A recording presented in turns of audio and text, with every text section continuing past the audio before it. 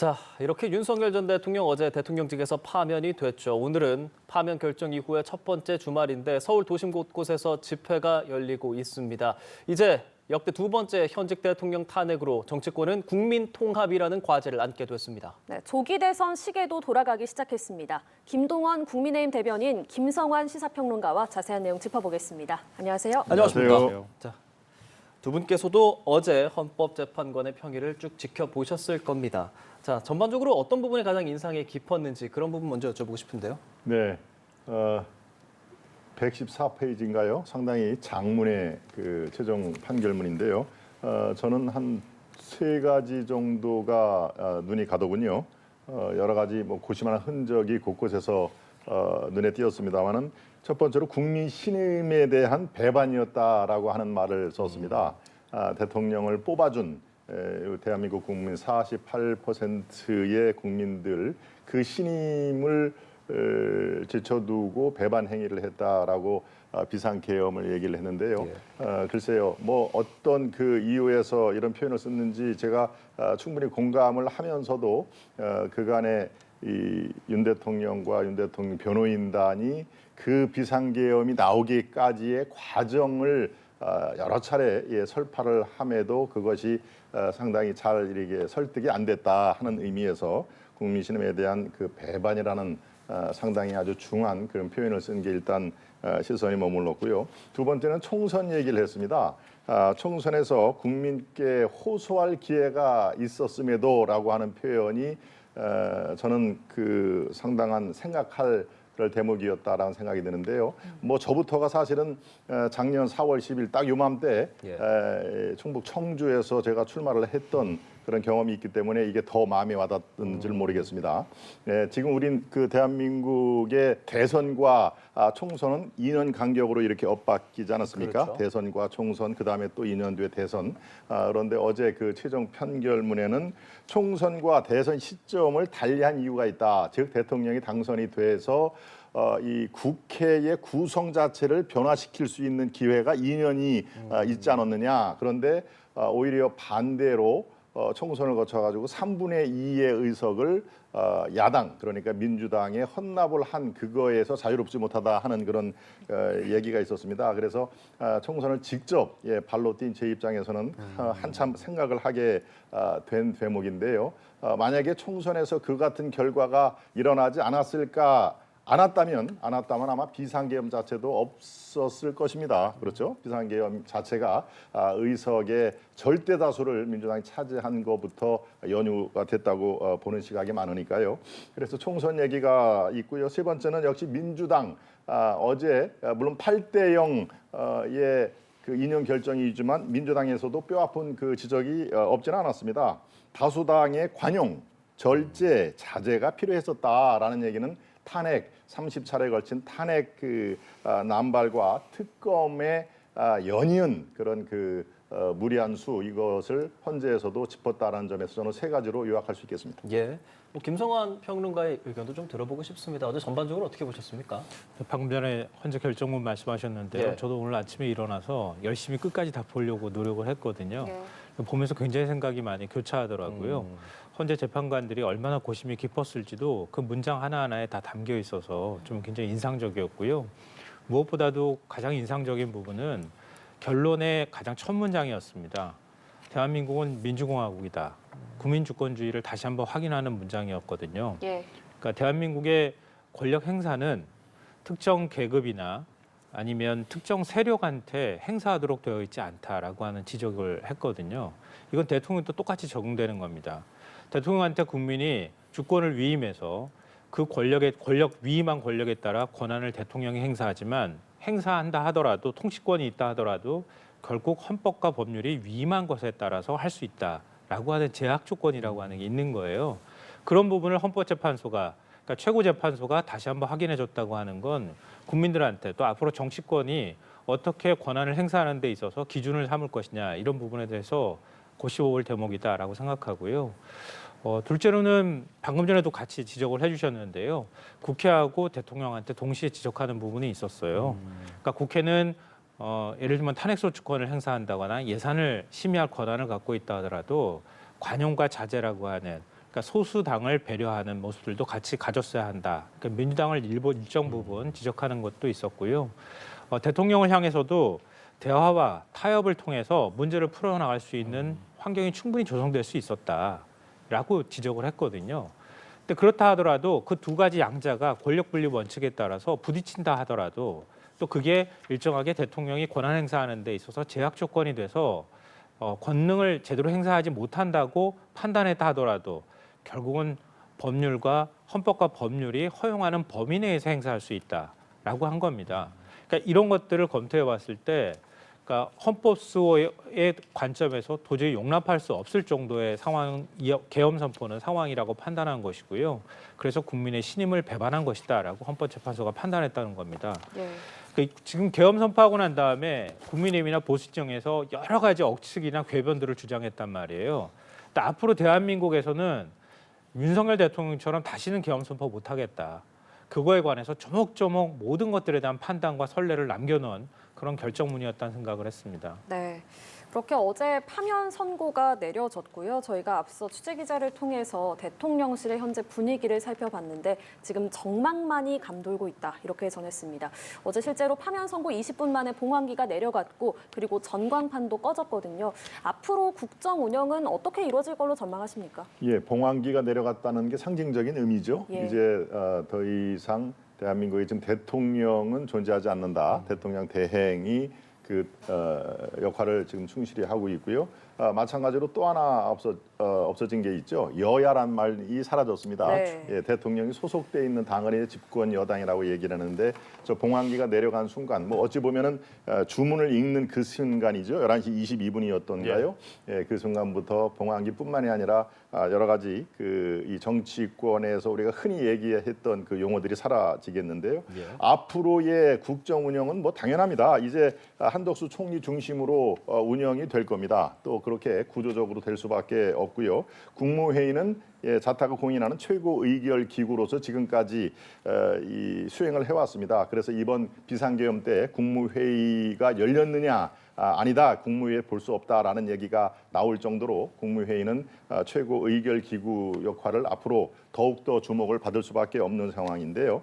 지금까지는 여야 정회의가 큰 국정 운영의 틀을 논의를 했었죠. 여당과 야당과 정부 이렇게 돼 있는데 말씀드린 대로 여야가 지금 그 역할이 다시 셋업이 되면서 양당과 정부가 여야정을 대치를 할 겁니다. 뭐 이름이 조금 바뀌었다 하더라도 그 역할과 기능은 똑같을 텐데요.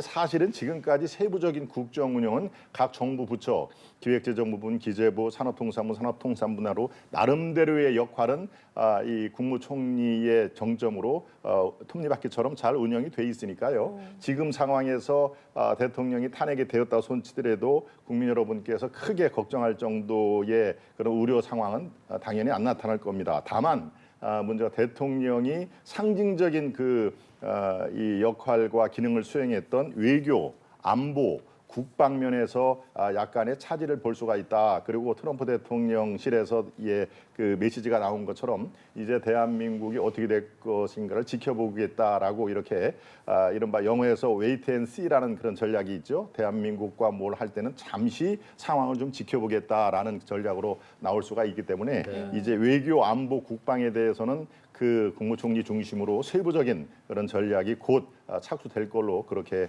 파악하고 있습니다. 예, 어제 대통령실 고위 참모진들이 일괄 사의를 표명을 했는데 한대행은 반려를 했습니다. 일단 지금 현 시점에서는요 대통령이 부재 상태가 되는 거잖아요. 그러니까 한덕수 권한대행이 앞으로 이제 새로운 정권이 들어서기 전까지 대한민국을 안정적으로 관리하는 게 일단 제일 큰 우선 업무라고 보고요. 둘째로는 조기 대선이 치러질 수밖에 없잖아요. 선거 관리를 잘 해야 됩니다. 선거 이전에 이미 윤석열 대통령 계엄 선포를 통해서 대한민국이 극심한 갈등 속으로 빠져들었잖아요. 근데 선거 관리에 대한 뭐 부정선거 얘기도 많이 나왔던 것이고요. 그러니까 선거 관리를 만약에 부실하게 할 경우에는 또 그런 논란이 생길 수 있다고 하는 겁니다. 가장 큰 한덕수 대행의 역할은 두 가지다 이렇게 보고요. 또 하나는 앞서 이제 헌재가 지적했다고 제가 말씀드렸던 것처럼 민주당이나 야권에선 법안을 이제 발의를 하고 국회에서 심사하고 통과하는 과정에 있어서 국민의힘과 좀 더 심도 있는 논의를 해야 될 필요가 있다. 관용과 자제의 정신을 발휘할 필요가 있다고 보고요. 한덕수 권한대행은 대화와 타협을 대통령 대신에 해야 합니다. 그러니까 지금까지 한 권한대행이 대통령 권한대행임에도 불구하고 거부권을 7번이나 행사했습니다. 그리고 최상목 권한대행 시절까지 합하면요. 87년 체제 들어서고 난 다음에 윤석열 정권 빼고 대통령이 거부권 행사한 것만큼 거부권 행사했습니다. 지나치게 예를 들면 집권당의 그러니까 대통령 권한대행임에도 불구하고 윤석열 대통령 대리인처럼 행동했다는 뜻이에요. 이제는 윤석열 대통령이나 집권 세력도 없는 겁니다. 그럼 공정하고 중립적으로 현 국정을 관리할 책임을 좀 더 무겁게 받아들일 필요가 있다고 하는 거고요. 이미 헌재에서 위헌 판단 내린 마은혁 헌법재판관 이제는 임명하지 않을 구실이나 명분이 없습니다. 당연히 임명해야 되는 것이고요. 그런 방식으로 차기 정권이 들어서기 전까지 국정을 좀 안정적으로 관리하고 특정 정당에 편향되거나 이런 방식으로 국정을 운영하지 않았으면 좋겠다는 생각입니다. 네. 자, 윤석열 대통령이 낸 입장도 살펴보자면 기대에 부응하지 못해서 너무나 안타깝고 죄송하다라는 입장을 이제 변호인단을 통해서 밝혀왔습니다.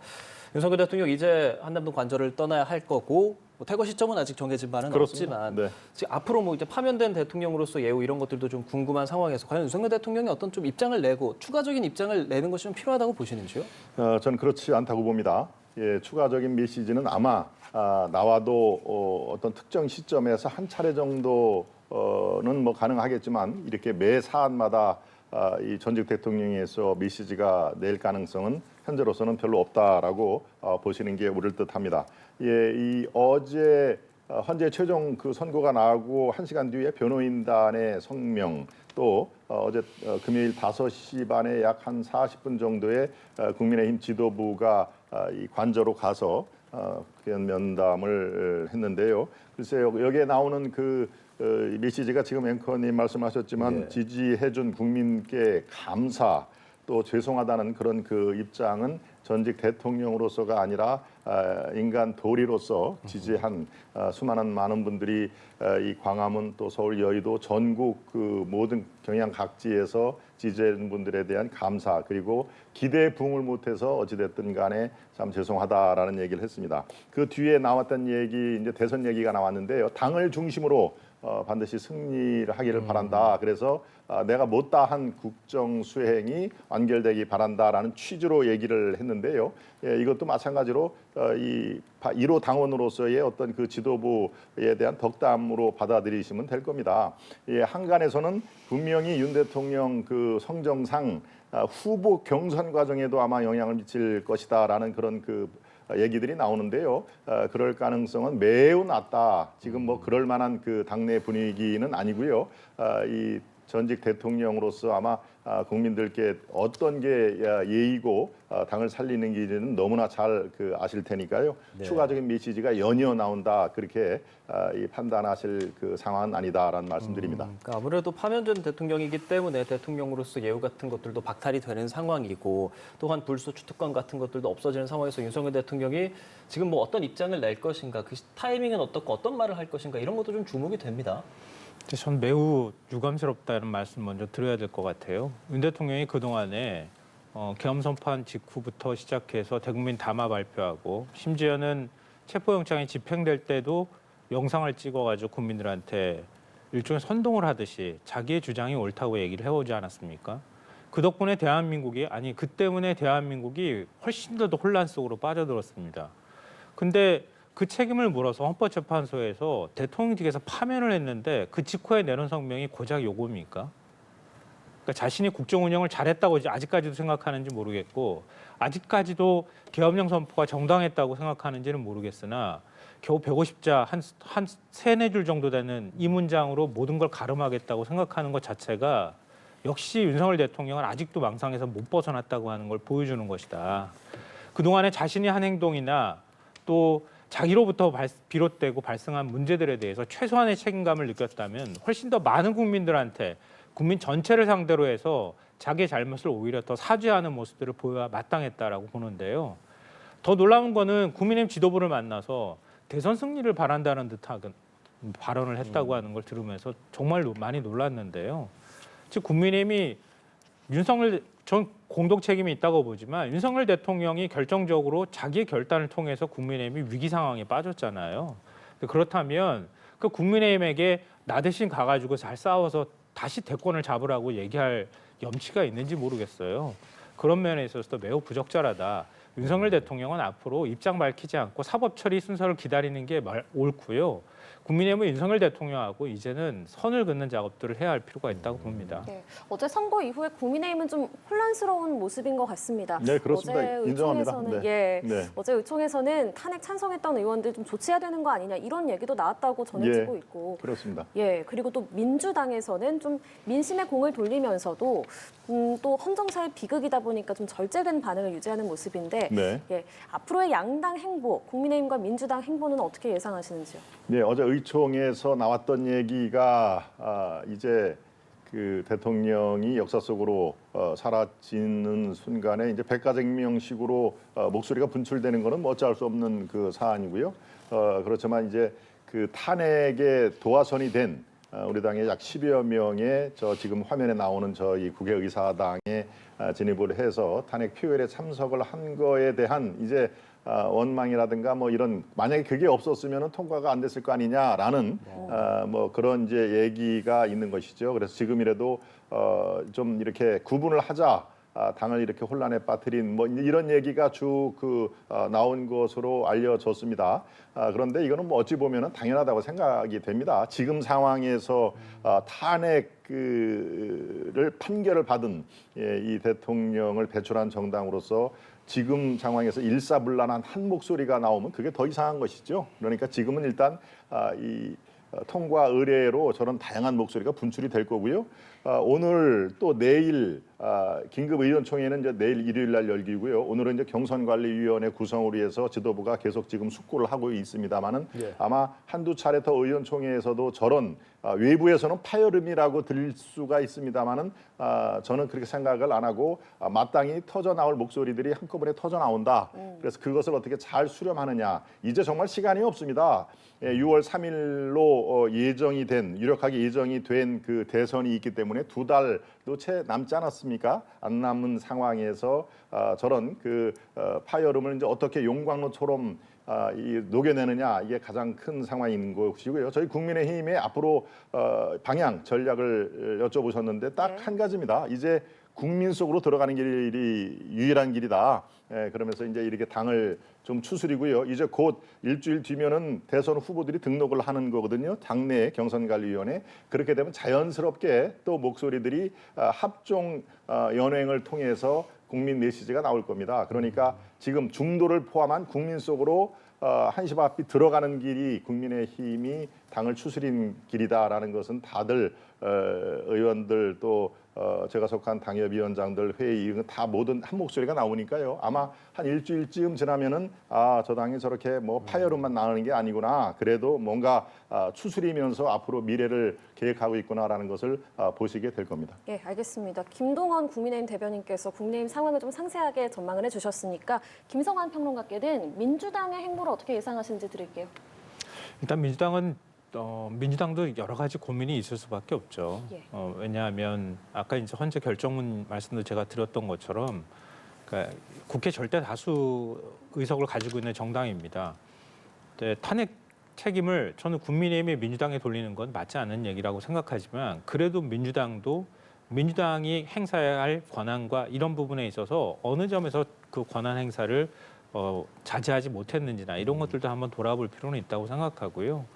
무엇보다 대선 국면에 들어갈 때 당내 갈등이 또 일어날 가능성도 있거든요. 이재명 대표의 그 입지가 너무 확실하기 때문에 경쟁자들이 나왔을 때 결국 이제 경쟁하는 과정에서 서로가 상처를 주는 일도 생길 수가 있고요. 또 경선 룰이나 이런 데 있어서도 이제 오픈 프라이머리 얘기가 나오는 것처럼 또 파열음이 생길 가능성도 있습니다.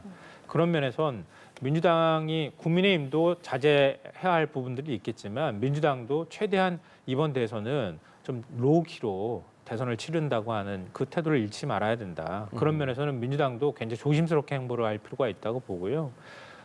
그런 걸 떠나서 대선 준비는 민주당 입장에서는 당연히 속도감 있게 할 수밖에 없거든요. 예.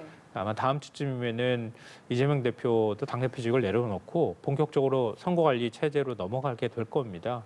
그런 면에서는 선거관리에 무리가 없이 이루어지고 대선 후보를 선출할 수 있도록 준비를 좀 만전을 기하는 게 일단 필요하다고 봅니다. 예, 뭐 저희 조기 대선 얘기를 본격적으로 하다 보면 끝이 없을 것 같아서 이 정도로 좀 마무리를 하고 자 그러면 이제 두 분께 마지막 남은 시간에 1분씩 각각 드릴 수 있을 것 같은데 오늘도 오시면서 여기 광화문에 막 시위하고 이런 것들 보셨잖아요. 네. 사실 양당뿐 아니라 국민들의 의견도 좀 많이 갈리는 상황이고 그렇습니다. 정치권에 계시는 분들로서 참 많은 생각하실 것 같은데 앞으로 어떤 방향을 통해서 국민 통합을 좀 만들어야 된다 이런 생각 좀 갖고 계시는지 듣고 싶습니다. 네, 이 최종 판결이 예. 나기 전에는 승복 여부가 굉장히 큰 관심사였죠. 예, 저희 국민의힘 그 지도부는 승복 메시지를 꾸준히 낸 바 있습니다. 그래서 어제 금요일 날 11시 22분에 최종 선고 나서 당초 우려했던 것보다는 훨씬 이 덜한 극한적인 상황은 오지 않지 않았습니까? 그러니까 여러 차례 어떤 그런 그 승복 메시지 이거를 우리 당을 통해 지도부를 통해서 얘기를 한 적이 있는데요. 예. 마찬가지입니다. 앞으로의 저 광화문이라든가 이 전국 각지의 주요 도시의 시위는 지금 이렇게 상당 부분 지속이 될 걸로 돼 있는데요. 이제 급속하게 대선 체제로 돌아가면요, 예. 한 열흘쯤 되면은 또 다른 모습이 펼쳐질 것입니다. 이제 그 아스팔트에서 무조건 어떤 그 특정 어떤 목소리 이런 것보다도 이제 차기 대선을 향해서 어떻게 하는 것이 자기 진영에서 더 플러스가 되는지를 생각을 하면요, 지금처럼 이 목소리가 거칠게 분출하고 하는 것은 상당히 잦아질 걸로 저는 예상을 하고 있습니다. 그래서 이 통합 이것은 지금 가장 중요한 상황인데요. 여야 지도부 공의 그리고 끝까지 승복 메시지를 공개적으로 내놓지 않았던 민주당 이재명 대표와 지도부들이 이제는 통합에 적극적으로 나서 주기를 저는 희망하고 있습니다. 김성환 평론가께서도 뭐 정치권의 당부 말씀 같은 거 좀 전해주실까요? 전 두 갈래가 필요하다고 보는데요. 하나는 정치적 해법이 있을 거고요. 둘째로는 법률적인 해법이 있을 겁니다. 그러니까 윤석열 대통령의 계엄 선포 직후, 그러니까 결국 내란이 일어난 거거든요. 거기에 따르는 조사도 제대로 지금 수사도 제대로 진행이 안 된 겁니다. 굉장히 짧은 시간 동안에 수사가 됐고요. 하다못해 윤석열 전 대통령 대면 조사도 못한 상황입니다. 어찌 됐든 간에 왜 이런 사태가 벌어졌는지 명확하게 진상을 규명할 필요가 있다. 그래서 한덕수 국무총리는 만약에 내란 특검을 다시 야권에서 발의한다면 그걸 빨리 수용해서 공파하고 지금 미진한 수사나 또 제대로 풀리지 않은 의혹에 대해서 철저하게 수사하고 거기에 대한 책임을 묻는 작업들을 해야 된다라고 보고요. 정치적인 문제에 있어서는 저는 차기 대통령이 들어서고 차기 정권이 어떤 정권이 들어선다 하더라도 그 임기 내내 해야 할 숙제라고 생각해요. 그러니까 대한민국 굉장히 극화되어 있는 현상이 나타났고요. 거기에 집권여당 의원들이 한 사람들이 오히려 그런 현상들을 부추기는 행동들을 거침없이 해버렸습니다. 그러면 그 지지자들은 그 행동의 정당성이 이미 부여가 됐거든요. 그 과정에서 서부지법 폭동 사태까지 벌어졌습니다. 그러면 그들이 갖고 있는 그 확신화되어 있는, 그러니까 서 있는 신념화되어 있는 생각들이 금방 바뀌지 않는다는 뜻이거든요. 그걸 해결하기 위해선 정치적으로 최대한 넓게 연다는 방안들을 구사할 필요가 있다. 그래서 극우 진영을 뺀 나머지 진영들이 최대한 넓게 국민들을 포용하는 작업들을 하고 대화, 타협, 포용하는 모습들을 끊임없이 정치권이 노력을 해야 이런 상황들이 서서 해소가 될 수 있지 한꺼번에 뭔가 어떤 대책을 가지고 해소될 수 있는 성격이 아니라고 봅니다. 예, 알겠습니다. 두 분 말씀은 여기까지 듣겠습니다. 김동완 국민의힘 대변인, 김성환 시사평론가와 함께했습니다. 고맙습니다. 고맙습니다. 감사합니다.